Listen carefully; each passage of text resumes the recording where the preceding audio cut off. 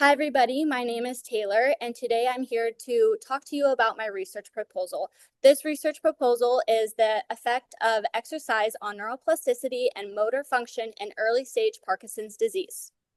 So for my specific aims, we're going to start with current knowledge. What we know about Parkinson's disease is that with emerging evidence suggests that, damn it, I don't even feel like this is that needs to be okay, anyway. Hi, everybody. My name is Taylor, and today I'm talking to you about my research proposal. So my research proposal is exercise effects on neuroplasticity and motor function in early stage Parkinson's disease. So for our specific aims, we're going to start with current knowledge. With emerging evidence from other research studies, high-intensity interval training exercise promotes neuroplasticity and may improve motor function. So we know that medication kind of controls Parkinson's disease, but it doesn't prevent it, but exercise might.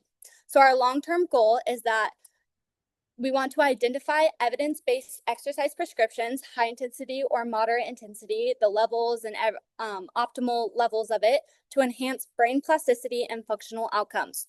Our central hypothesis is that high intensity interval training aerobic exercise will produce greater improvements in neuroplasticity markers and overall motor function compared to the other treatment of moderate intensity exercise in patients with early stage Parkinson's disease.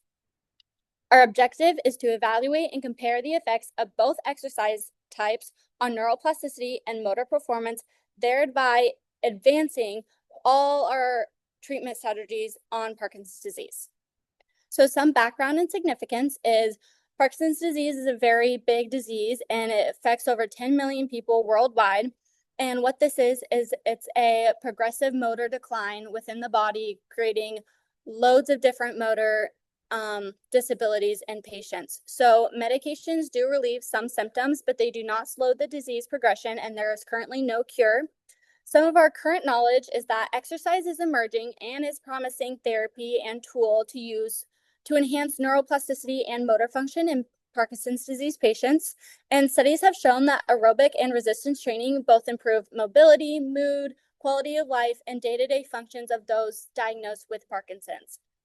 So some gap in knowledge is that although we know exercise helps with Parkinson's disease, we don't know when it should be done, how much it should be done, the type of exercise being done, and we really need to know the optimal intensity to maximize changes on this disease.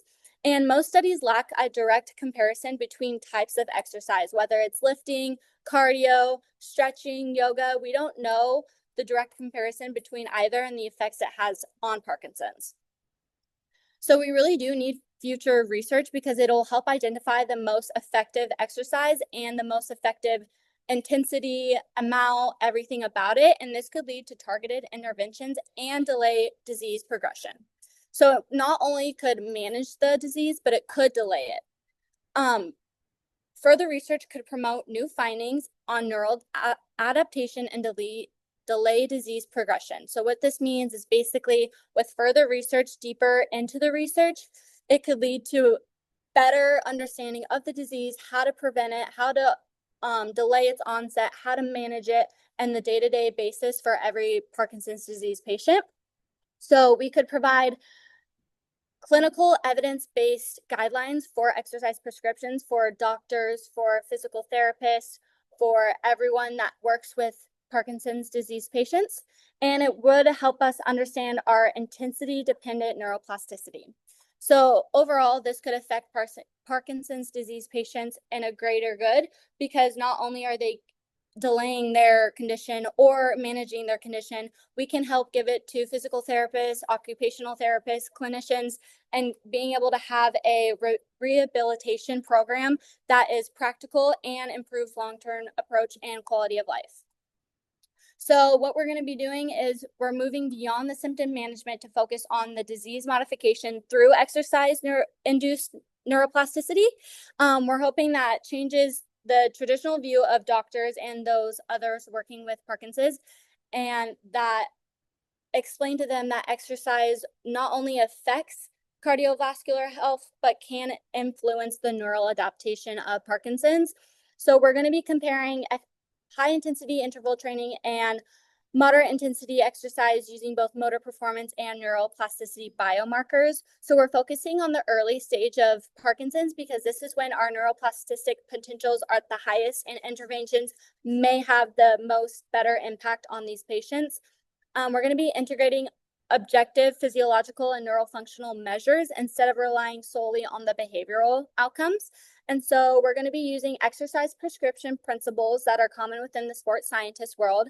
And we're going to be giving these to clinical neurorehabilitation contexts. So we're hoping that findings may redefine our clinical exercise guidelines for Parkinson's, creating a whole new world for them to follow and inspire a shift towards intensity-based neurorehabilitation instead of just walking on a treadmill or just getting movement in. We're going to have a higher intensity, more focused, steeped outline section of exercise for these patients. So we're going to be starting with a 12-week randomized controlled trial using both the high intensity interval training and the moderate intensity exercise training. And it's going to be for patients with early onset Parkinson's disease. We're going to have about 40 participants in this study, and they're going to be aged between 45 and 70 years old. And they are going to be randomly assigned, so they won't know what group they're going to until the day of the study, and it's completely random. And so for our high intensity interval training group, they're going to be 70 to 85% of their heart rate. They're going to be cycling, and it's going to be 3 times a week, and we're going to be measuring that. While the moderate intensity exercise group is the same thing, but their heart rate is 40 to 65%. Both groups are going to be supervised to ensure safety and adherence by a profession, whether it's an exercise physiology, a clinician, or a physical therapist. They're going to be monitoring at all times. So we're going to be measuring serum BDNF levels pre and post intervention, which is the cycling. We're going to be using the UPDRS 3 scores, our gait speed, our balance tests. We're going to be doing the questionnaire with the PDQ 39 questionnaire, and we're going to be having them execute functional tasks like walking, stepping up and down, hand movement tasks that we're going to be testing for their mobility and their. So our experimental design and methods, we're going to be using an ANOVA and a Pearson's correlations to run those statistical tests. Possible problems that we might encounter are patients' fatigue or inability to do these things because they're tired, or just them dropping out because their motivation is low, which is something that is very common with Parkinson's. And so some things that we can do to fix these is just doing a slow progressive load instead of hit hard with the exercise, and kind of just keeping them motivated, on track with where they want to be, slowing down if they need to, and just making sure we're there for them along the whole way. And what we're looking for as a successful outlook is significant improvements in BDNF and motor functions within the high intensity interval group. This is the group we're looking at to see the better results. And if these results are greater than or equal to 80% of the participant adherence across sections, that is what we're looking for as a significant result. So some things that we also should look out for is collaboration with neurologists, as this is a neurological disease, and exercise physiologists, as they are the ones certified to run all the testing and measurements that we're looking for. And we're also going to be performing medical screening and heart rate screening to make sure that their health levels are where they need to be to prevent and lower risk of injury. And then we're also going to have emergency protocols to ensure safety. We're going to be both trained in emergency protocols and have emergency protocol devices available. So these are the references that I used, and these are the consent forms from the 3 people listening to this. Thank you very much. So I will now open this up to questions if you guys have any for me to answer. I have a question for you. Yes. There's a little lag. Can you hear me okay? Yes, I can hear you okay. Okay, so with what you're bringing to the table here, if your hypothesis supports this, how do these results influence real-world Parkinson's rehab programs?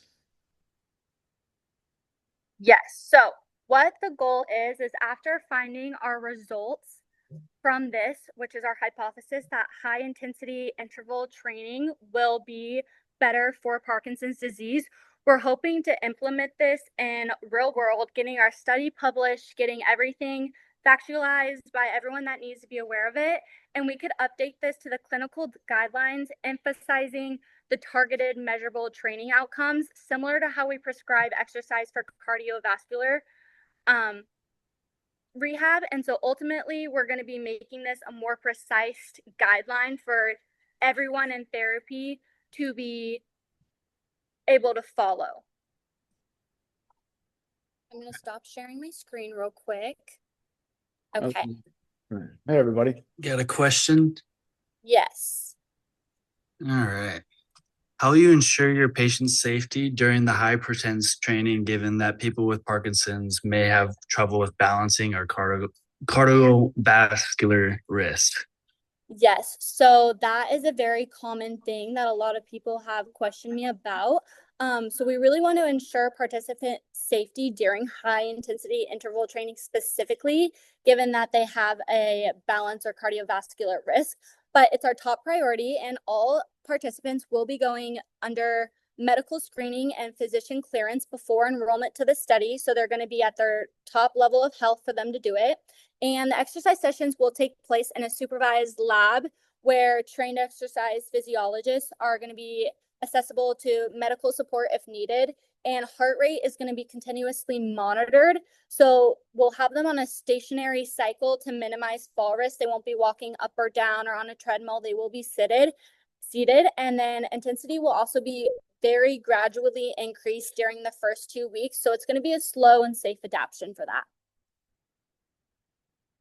All right. Yeah. Any other questions? Yeah, I have one more. Yeah. What's that? If you're studying high intensity Yes. versus low intensity, or you have chosen to go with high intensity versus moderate intensity, why did you decide to go with a higher intensity group? Yes, so we wanted to focus on high intensity and moderate intensity rather than a controlled group or a low intensity group, because the purpose of the study is to identify which intensity level is going to produce the greatest neuroplastic and motor benefits for Parkinson's patients.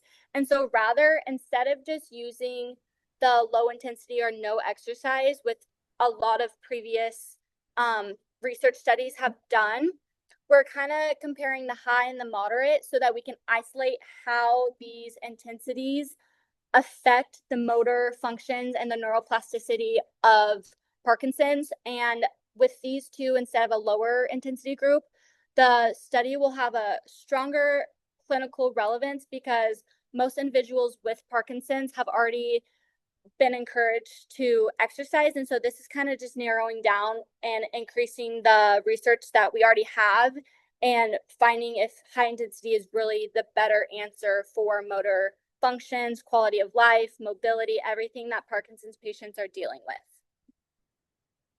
Any other questions? I'm good. Thank you. Alrighty. Well, thank you guys so much for coming. I really appreciate that. And I will hopefully see you guys soon. All right. Take care. Good job, Tay.